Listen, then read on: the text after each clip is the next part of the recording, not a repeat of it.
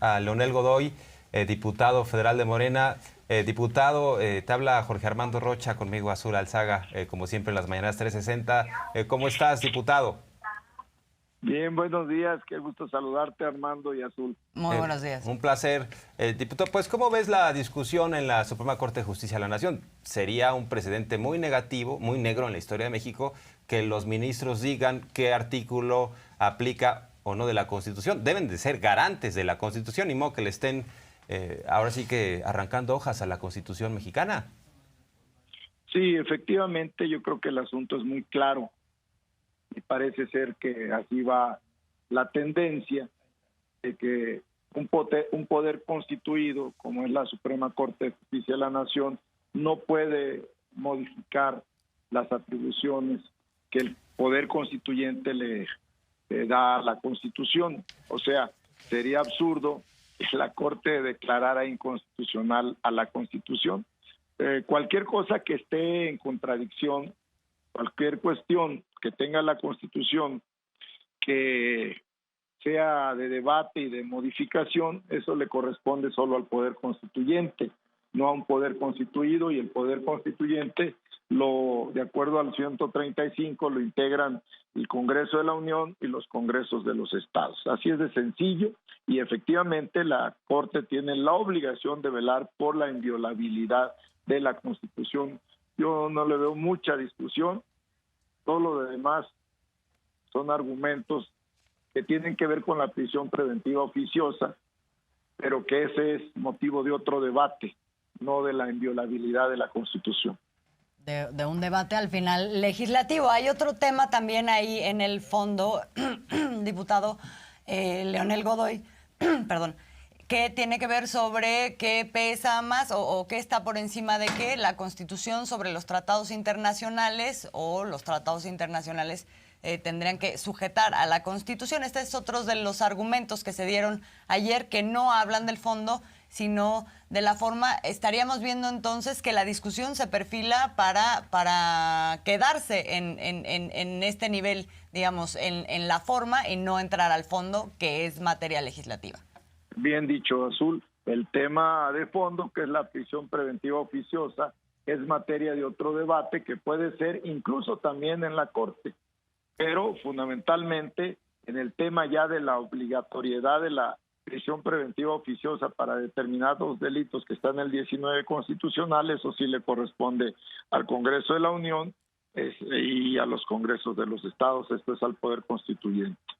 Ahora bien, el tema de la Guardia Nacional, que es muy importante también y que fue retomado hoy por el presidente López Obrador, a tal grado que dice, si es necesario, priistas y panistas, que se divorcien, y sobre todo en torno a la presencia del ejército en las calles, de acuerdo a esta iniciativa que el PRI está colocando en la mesa para que este proceso sea cuando menos hasta el 28, que los militares sigan en labores de seguridad pública. Diputado, ¿qué lectura tienes? Porque además esto pasa sin duda por una serie de posturas no muy claras. Por un lado, el coordinador parlamentario Rubén Moreira diciendo sí apoyaríamos esto, el PAN amagando, el propio presidente del Partido Revolucionario Institucional, Alejandro Moreno Cárdenas, diciendo, bueno, vamos a revisar.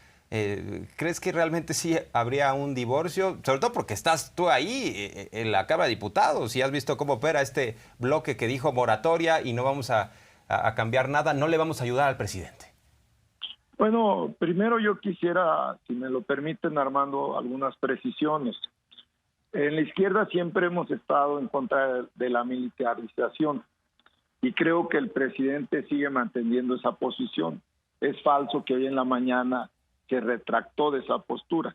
Él de lo que dijo que era necesario revisar y que estaba por qué continuara es efectivamente, como tú muy bien lo dices, Armando, de que siga todavía las Fuerzas Armadas en las calles colaborando en la seguridad pública del país. Esa es una cuestión. Y otra es decir que se está militarizando a la Guardia Nacional. Eso es falso absolutamente. Porque además algunos conductores, yo he escuchado, por ejemplo, a Carmen Aristegui, que siempre se refiere a la adscripción o a la incorporación de la Guardia Nacional al Ejército, y eso es falso, es absolutamente falso. La incorporación operativa y administrativamente la Guardia Nacional es a la Secretaría de la Defensa Nacional, que es diferente al Ejército. El Ejército es una de las corporaciones que están en ámbito de la Secretaría de la Defensa Nacional, no es la única, no solo esa institución, también está la Fuerza Aérea Mexicana, que es otra fuerza armada, y están las defensas rurales, que es una policía campesina, civil. Esta está incorporada ahorita, de acuerdo a la ley orgánica de la Secretaría de la Defensa Nacional, en funciones y operando a cargo de la Secretaría de la Defensa Nacional. Entonces, no confundir Secretaría de la Defensa Nacional con Ejército, que muchos conductores lo hacen o con ignorancia o con mala fe.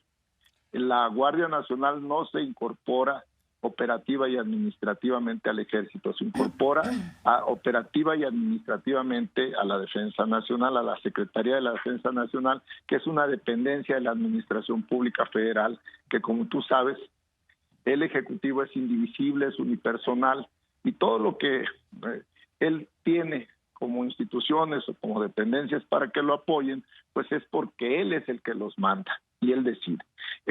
También quisiera decir que la Guardia Nacional seguirá siendo civil no solo por eso, no solo porque seguirá adscrita de acuerdo al 21 constitucional a la Secretaría de Seguridad y Protección Ciudadana, sino porque además no se modifican sus atribuciones, que es lo que hace, es lo que le da la naturaleza jurídica a alguna institución o algún órgano. Las atribuciones de la Guardia Nacional siguen siendo exactamente las mismas. ¿Y cuáles son estas? Pues las que tiene cualquier policía preventiva, como primer respondiente, como quien resguarda el lugar de los hechos, como quien ejecuta mandamientos judiciales, como quien patrulla, como quien vigila, como quien previene el delito. Esas son las atribuciones de la Guardia Nacional y siguen siendo las que estaban antes de este debate que tuvimos el fin de semana y que se aprobó las modificaciones a 4 leyes. La de la Ley Orgánica de la Administración Pública, la de Ascensos, la de la Secretaría de la Defensa Nacional y la del Ejército. Entonces, ese tema yo creo que también está claro que la Guardia Nacional seguirá siendo civil, independientemente que operativa y administrativamente vaya a depender ahora de la Secretaría de la Defensa Nacional. Son las precisiones que quisiera hacer. No, Armando y Azul. muy importantes precisiones. Diputado Leonel Godoy lo mencionaba, de hecho, el presidente también hoy en la mañana cuando decía sería una de las ramas dentro de defensa de la Secretaría de la Defensa Nacional, la Guardia Nacional, con su carácter civil. Con todas estas precisiones que haces, que es importante porque sí, efectivamente, de pronto el diablo está en los detalles y en la forma de frasear las cosas. Se llega a una conclusión o a otra, sobre todo con un referente muy claro histórico que tenemos sobre el término militarización en México y en América Latina, las implicaciones que eso tiene, ¿no? Entonces, ver, digamos, el fondo de lo que va a significar operativamente, en términos reales, este movimiento administrativo y operativo es muy importante entenderlo ahora y entenderlo después en función de cómo comuniquen el aterrizaje que eso va a tener.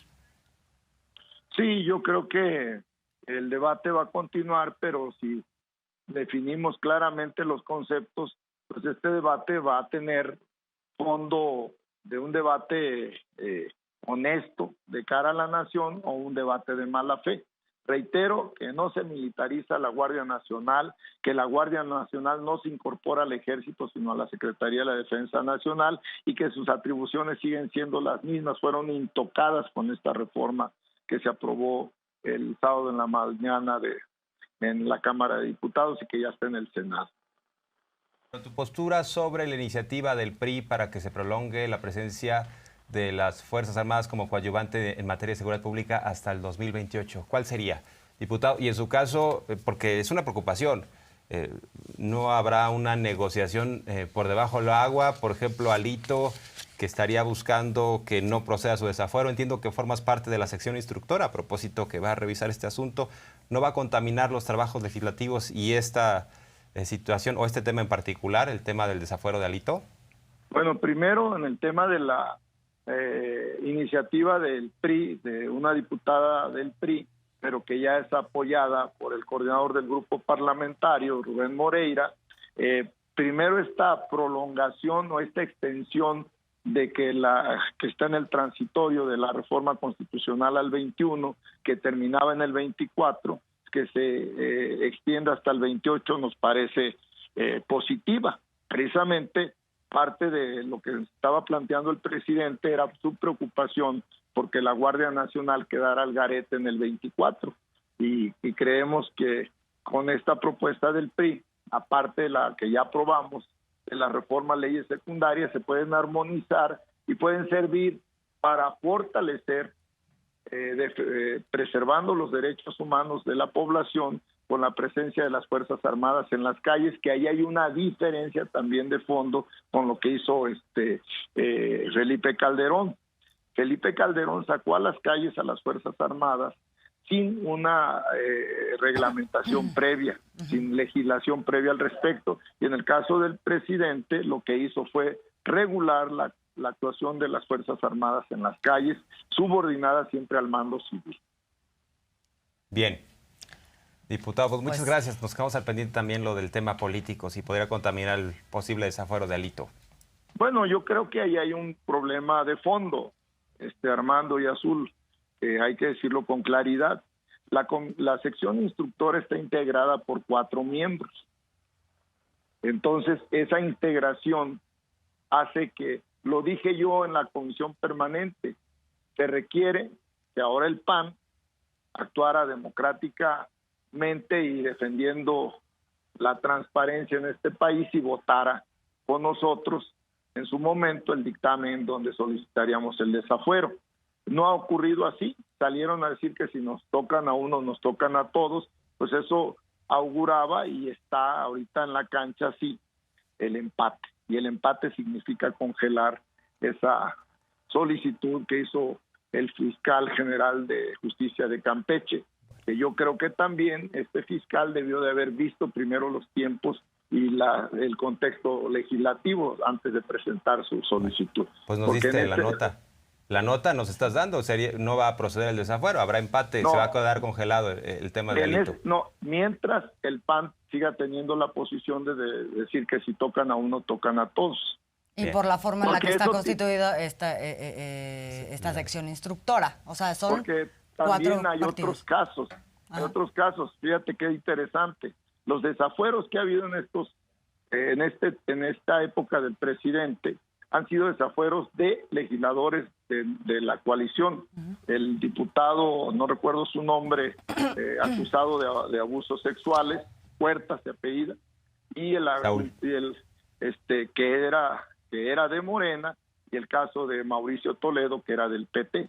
En esos casos sí ha actuado la oposición procedente. En estos casos y otros que pudieran venir, como del cártel inmobiliario, pues obviamente ellos han fijado una posición que se llama, si nos tocan a uno, nos tocan a todos. Entonces yo por eso llamaba en la permanente al PAN a que fuera congruente, que no lo es, nunca lo ha sido, entre su discurso falso de defender el combate, defender el Estado de Derecho y combatir la corrupción. En los hechos no votan así, y han dicho lo mismo, porque ellos tienen una cabeza de vaca, no se diga a García Luna, y ahora a gente del cártel inmobiliario. Entonces, esos son temas que tienen que debatirse en el contexto actual, pero en este momento la posición del PRI y del PAN van juntas, y la posición nuestra somos 2, está 2-2, entonces está empatado. En este momento, en el contexto, sin ya la discusión, yo solamente estoy especulando. Sí, pues bueno, pero ya es mucho, es una muy buena radiografía del escenario en el que se va a dar esta discusión, y creo que hay que tomarla en cuenta. Pues, diputado Leonel Godoy, le agradecemos mucho. Hay una salida, Azul y Armando, que se puede plantear, que es hacer una reforma a la integración de la sección instructora para que se integre por 5, por 3, 5, 7, 9, 11. Pues no, como cualquier 2, 4, 6.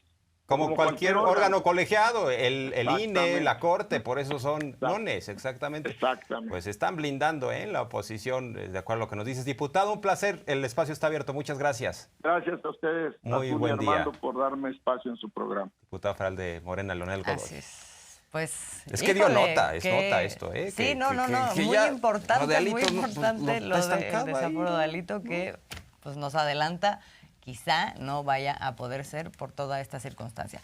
Bueno, vámonos porque es día del Pulso de la Salud, es martes, cosas importantes se dijeron el día de hoy. Vamos con esos temas.